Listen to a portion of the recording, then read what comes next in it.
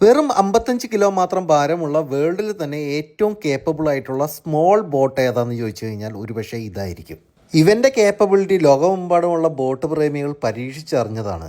$1000 താഴെ ഇത്ര അധികം കേപ്പബിലിറ്റിയുള്ള ലൈറ്റ് വെയ്റ്റ് ബോട്ട് ഭൂമിയിൽ വേറെ കാണില്ല. ഞാൻ ആദ്യമായിട്ടാണ് ഇത് ഇൻഫ്ലേറ്റ് ചെയ്ത് നോക്കുന്നത്. ഏകദേശം 15-20 മിനിറ്റ് വേണം ഇത് ബോട്ടിങ്ങിന് സജ്ജമാക്കാൻ.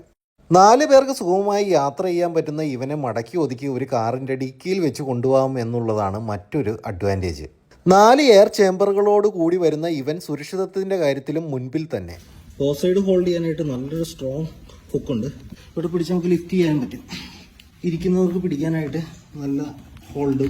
ഹള്ളിൻ്റെ പോയിൻസി ഇവിടെ വരുന്നുണ്ട്. ഈസി ടു ഓപ്പറേറ്റ് ആണ്. സൈഡിൽ റിബിൽ പിടിച്ച് ആൾക്കാർക്ക് ഈ റെസ്ക്യൂ പർപ്പസിനൊക്കെ ഉപയോഗിക്കാവുന്ന രീതിയിൽ.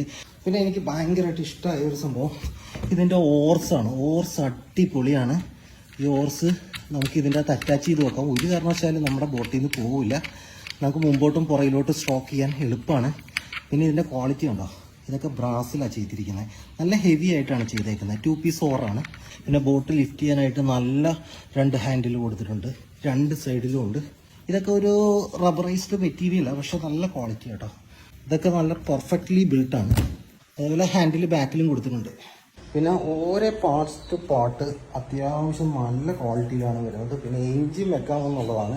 ഏകദേശം 9.9 HP എൻജിൻ വരെ സപ്പോർട്ട് ചെയ്യും. 400 kg ആണ് കപ്പാസിറ്റി വന്നത്. വന്ന് കയറുന്ന ഭാഗം അതൊക്കെ കറക്റ്റായിട്ട് മോൾഡ് ചെയ്ത് വെച്ചേക്കാം. 400 kg, അതായത് 4 നല്ല തടിയന്മാർക്ക് ഇരുന്ന് നല്ല സുഖമായിട്ട് പോകാം. പിന്നെ aluminium floor, flat footed floor വരുന്നുണ്ട്. ഒരു ഡ്രൈൻ പ്ലഗ് വന്നിട്ടുണ്ട്. അത് ത്രെഡൊന്നുമല്ല, ഒരു റബ്ബർ ബുഷാണ്. സൈഡ് പ്രശ്നം വല്ല കരിങ്കയിലോ അല്ലെങ്കിൽ എന്തെങ്കിലുമൊക്കെ ഭിത്തിയിലൊക്കെ പോയി തട്ടിക്കഴിഞ്ഞാൽ ഒന്നും പറ്റാതിരിക്കാൻ വേണ്ടി നല്ല സ്ട്രോങ് ആയിട്ടുള്ള ഫെൻഡേഴ്സ് വന്നിട്ടുണ്ട്. ടോട്ടൽ ബോഡിക്ക് വരുന്നുണ്ട്. എയർ ചേംബർ 3 എണ്ണമാണ്. 1, 2,